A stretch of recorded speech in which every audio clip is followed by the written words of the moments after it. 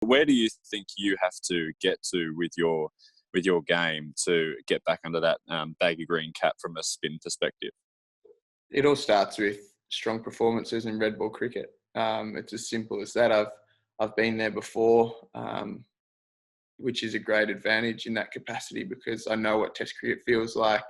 I was there when I was 19 and there again when I was, I think, 23 or 24 in Bangladesh, and felt like I did a really good job, especially in those conditions. So my game is in a really good place. Obviously finished the season really strongly with the T20 games over in South Africa. I just felt really consistent. So to play consistent Test cricket, you need to have a really good idea of how you go about your bowling for a long period of time. And like I said, you have to practice that in the games, day in, day out in Shield cricket. Take wickets, put yourself in the best position you can be to be the second spinner at the moment, because Nathan Lyon is the best spinner in the world in my eyes, especially in red ball cricket. So just to put yourself in a strong position to be the second spinner, is the key. Carl, if I could just ask a follow-up just to that. Zamps was saying, I think it was last week, that the talk around some of the guys in the limited overs dressing room is that they would like more access to red ball cricket, but a lot of these times where you're away playing international cricket in the coloured clothing takes you away from the Shield. How do you balance that out in terms of ambition to get back in the baggy green, but you still want to represent Australia? It's really difficult. It is difficult, especially when there is a lot of white ball cricket on. Probably comes down to your preparation. Having a really solid foundation, a really solid base, that's what gets you through in red ball cricket.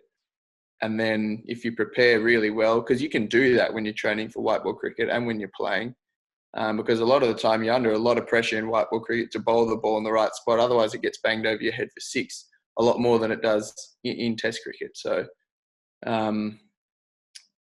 so if you prepare well, and then when you do go back to red ball cricket, you take wickets, don't go for too many runs. It's pretty much as simple as that. But yeah, it can be tough, especially for someone like Zamps. I saw that he spoke about not having played a lot of red ball cricket and probably didn't get enough opportunity in South Australia to play enough games as a very good spinner. So, it's about taking those opportunities when they come.